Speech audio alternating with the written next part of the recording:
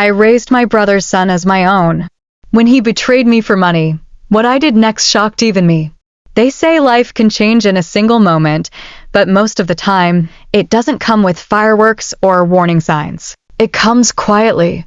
It comes when you're folding laundry on a Sunday afternoon, thinking about nothing more important than what to make for dinner. That was exactly what I was doing when the knock came. Sharp, heavy, a little too fast, like someone running from something.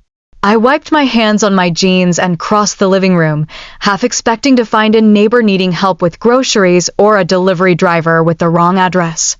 When I opened the door, my brother Daniel was standing there. He looked terrible. His hair was messy, his eyes were red, and his clothes were soaked from the rain.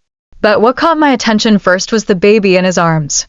The baby was tiny, wrapped in a thin blue blanket. His little hands were sticking out, opening and closing like he was trying to hold on to something. He didn't cry. He just stared at me with big, confused eyes. I looked at Daniel, confused. "Dan, what's going on?" I asked. Daniel didn't say anything at first. He just pushed the baby into my arms. I had to grab him fast so he wouldn't fall. "Please, Daniel said. His voice was rough, like he hadn't spoken much lately. "I can't take care of him. You have to." I stared at him. "You can't just leave him here," I said. "This is a baby, Dan. You can't just." "I'll send money when I can," he said quickly, looking over his shoulder like someone was chasing him. "You're better at this than me. Please." I stepped forward, trying to hand the baby back. "Daniel, don't do this."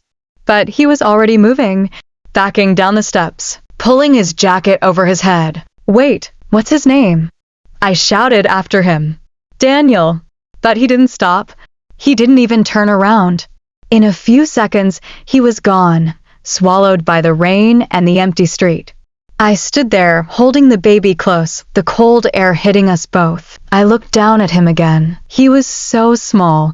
His eyes kept blinking slowly, as if he was trying to figure out if he was safe. I pulled the blanket tighter around him and closed the door with my foot. Inside, the apartment felt different. It wasn't just me anymore. It was me. And him. I didn't know anything about babies. I didn't have extra money. I didn't have a plan. But as I looked at that tiny face, one thought filled my mind clearly. I wasn't going to let him be alone. That night, I sat on the couch holding him. I didn't even try to sleep. Every time he moved, I adjusted the blanket. Every little sound made me check if he was okay. I thought about what I should call him. After a while, I decided on Nathaniel. It wasn't a family name. It wasn't something I had planned. It just felt right. Nathaniel. A strong name. A new start. The next morning, I called my job. My boss didn't sound happy, but when I said I needed emergency leave, she agreed. I didn't know how long I would need. Maybe a few weeks, maybe longer. I tried calling Daniel again. And again. No answer. No reply to my texts. It was like he had disappeared completely. I took the little money I had saved for school and spent it on what Nathaniel needed. Diapers, bottles, a second-hand crib from a woman 2 streets over.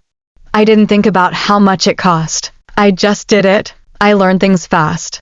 How to warm a bottle just right. How to hold him when he cried. How to get him to sleep even when he didn't want to. Some nights he cried for hours, and I walked back and forth across the apartment until my arms felt numb. Some days I cried too, quietly when he was asleep. Because nothing about this was fair. Not to him. Not to me. But it didn't matter. Because Nathaniel needed someone. And I wasn't going to be another person who walked away from him. Over time, the apartment changed too. The couch became covered in baby blankets. The kitchen smelled like formula instead of coffee. The bookshelves filled up with baby toys instead of novels. I thought maybe Daniel would come back someday. Maybe he would want to see his son. But as the weeks turned into months, and the months turned into a year, it became clear. Daniel wasn't coming back. Raising Nathaniel wasn't easy. There were mornings when he woke up screaming and I didn't know why. There were nights when I rocked him for hours because he was teething, and both of us ended up crying in the dark living room. I read books. I asked questions online. I did everything I could to learn, but most days it felt like I was guessing. Still, he grew. His tiny legs learned to crawl across the living room floor. His first word wasn't mama or dada. It was light because he would point at the ceiling every time I flipped the switch. I remember the first time he laughed, a real, full-belly laugh, when I made a silly face at him during breakfast. It felt like winning the lottery. In those moments, all the hard parts faded away. I made a quiet promise to myself and to him. I would give him a better life than the one Daniel gave us. I would be the kind of family he deserved, even if it cost me everything. Nathaniel started walking just after his first birthday. It happened in the middle of the kitchen on a random Tuesday afternoon. I was stirring a pot of soup when I heard a soft thud behind me. I turned around to find him standing on his own, his little hands reaching out for balance. He took 2 wobbly steps toward me and fell right into my arms. We both ended up on the floor laughing. Those early years were filled with small moments like that. Moments that didn't seem big at the time but built a life between us. He would curl up on the couch beside me with a book he couldn't even read yet. He would bring me wildflowers from the tiny patch of grass outside our building. He would call me Emmy because Emily was too hard to say at first. We weren't rich. We didn't have a big family, but we had each other. And for a long time, that was enough. As Nathaniel grew, so did my responsibilities. I picked up extra shifts at the local diner. I tutored kids on weekends. I sold old clothes online to cover surprise expenses like doctor visits and new shoes when Nathaniel's feet grew faster than I could keep up with. I didn't mind working hard. What scared me was how invisible we were to the rest of the world. Sometimes I would see other mothers at the park, women with strollers and perfect hair, and husbands beside them. I would sit on a bench, watching Nathaniel play, pretending not to notice the way they looked at me. The way they whispered behind their hands. She's so young. Probably a mistake. Where's the father? I never corrected them. Let them think what they wanted. I knew the truth. Nathaniel wasn't a mistake. He was the best thing that ever happened to me. And I wasn't about to let anyone, not the neighbors, not strangers, not even Daniel, take that away. Every now and then, Daniel would drift back into my mind. Where was he now? Was he living a new life somewhere, pretending none of this had ever happened? Sometimes, late at night, when Nathaniel was asleep and the apartment was quiet, I would stare at the ceiling and wonder if he thought about the son he left behind. But those moments were rare. Nathaniel's laughter, his questions, his endless energy, they filled up most of the space in my heart. Still, a small part of me stayed guarded. A small voice inside whispered, "What if he comes back one day? What if he wants Nathaniel?" I didn't know then how true that fear would become. It happened the summer Nathaniel turned 18. We were sitting at the tiny kitchen table, sharing a simple dinner, macaroni and cheese and leftover chicken. Nathaniel was telling me about his plans for college. He wanted to study architecture, build something real and lasting. That's when the doorbell rang. It had been years since anyone came to our door without warning. Most of our neighbors knew to call first. Most of the people we knew didn't bother visiting. Nathaniel looked at me, puzzled. I stood up slowly, wiping my hands on my jeans, a habit I had never lost. When I opened the door, the past hit me like a slap. Daniel stood there, older, heavier, but still carrying that same restless energy like a bad smell that clung to him. And he was smiling, like nothing had happened, like he hadn't abandoned us for nearly 2 decades. "Hey, he said casually, like he had just popped by for coffee. "Long time, huh?" I didn't say anything. I just stood there, the weight of all those silent years pressing down on my chest. Nathaniel came to the doorway behind me, curious. Daniel's eyes lit up. "Well, would you look at that?" he said. "All grown up. You look just like me, kid." Nathaniel blinked, confused. Then he looked at me, then back at Daniel. And I saw it, the first crack in everything I had built. Daniel didn't leave that night. He stayed. He told stories. He laughed. He apologized, in the way people do when they don't really mean it, but they know they have to say something. Nathaniel listened. At first, he was careful, looking at me every few minutes like he was checking to see if this was okay. But Daniel was good. He knew how to make people believe him. He always had. He talked about all the places he had traveled, all the money he had made, all the mistakes he regretted. And somewhere between the second and third cup of coffee, I saw Nathaniel's walls start to come down. It hurt, more than I expected. Because no matter how hard I worked, no matter how much I loved him, Daniel still had something I never could offer. Blood. Real or not, Nathaniel felt it. And Daniel knew it. He leaned back in the kitchen chair, smiling like a man who had already won. The next few weeks were strange. Daniel didn't move in, but he visited often. Too often. At first, he said it was just to get to know Nathaniel. I told myself that maybe it was okay. Maybe it was fair. Nathaniel was 18 now, old enough to make his own decisions, old enough to decide what kind of relationship, if any, he wanted with a man who left him. But it wasn't long before Daniel started pushing boundaries. He brought Nathaniel gifts. Expensive ones.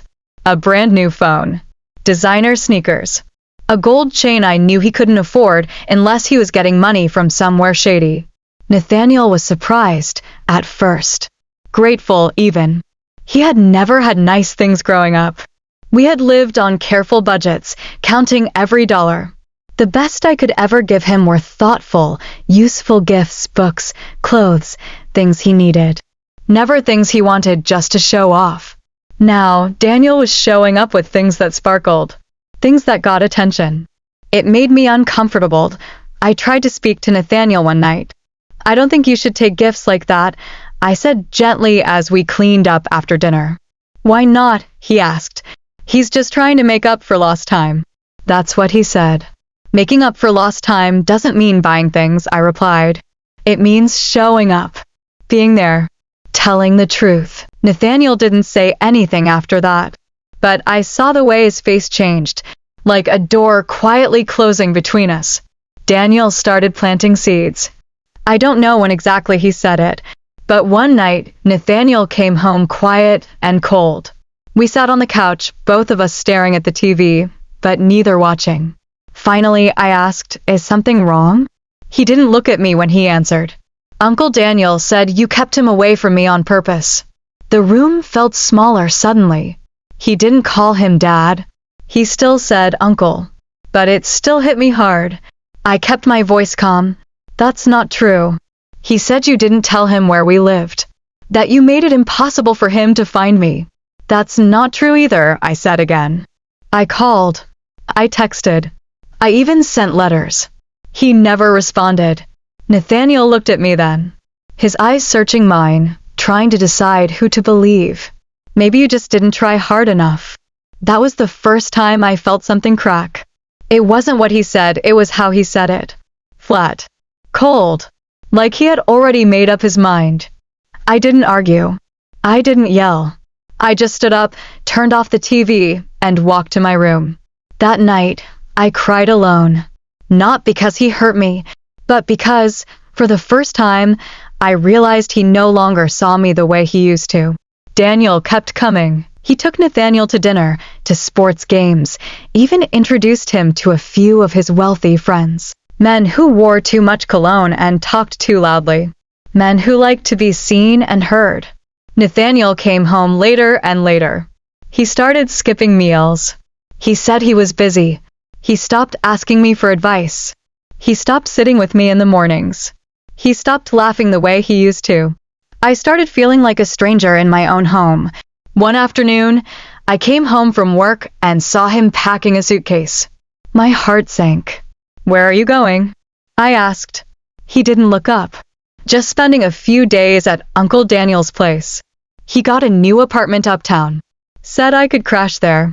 He just got back into your life a few weeks ago, Nathaniel. He zipped up the suitcase. Yeah. And somehow, he still feels more like family than you do right now. That sentence felt like a slap. But I didn't show it. I stood there, nodding slowly, then stepped aside to let him leave. He walked past me without saying goodbye. The apartment was quiet again, like it had been before him, but it didn't feel like peace. It felt like loss. I walked into his room and sat on the bed. It still smelled like his cologne, like the lotion he used after shaving. I picked up a photo from his nightstand, the one of us at his high school graduation. He had his arm around my shoulders. We were both smiling. It didn't feel that long ago. But now, that boy felt like someone I didn't know. Daniel had stolen more than just time. He had stolen Nathaniel's trust. And Nathaniel had handed it over so easily. I sat in his room until the sun went down. I didn't cry. Not yet. Because somewhere deep inside me, something colder was growing. Something sharper than grief. I didn't want to hurt him. Not at first. But the more I thought about everything I had given up, the more I remembered. All the years. The birthdays. The scraped knees. The nights I went without sleep. The jobs I worked. The plans I postponed. The money I gave up. The future I surrendered for him. And now he was living in a fancy apartment with a man who walked away from both of us, and he didn't even call to check in. It wasn't just betrayal. It was disrespect. It was forgetting. I didn't want to scream. I didn't want to cry. I wanted them both to learn. So I made a plan. I didn't tell anyone what I was doing. I just started watching, listening, collecting little details. Daniel liked to talk. He talked to people at the gym, at the cafe, at the barbershop. He bragged about his money, his businesses, the people he knew. But most of it didn't add up. I searched his name online.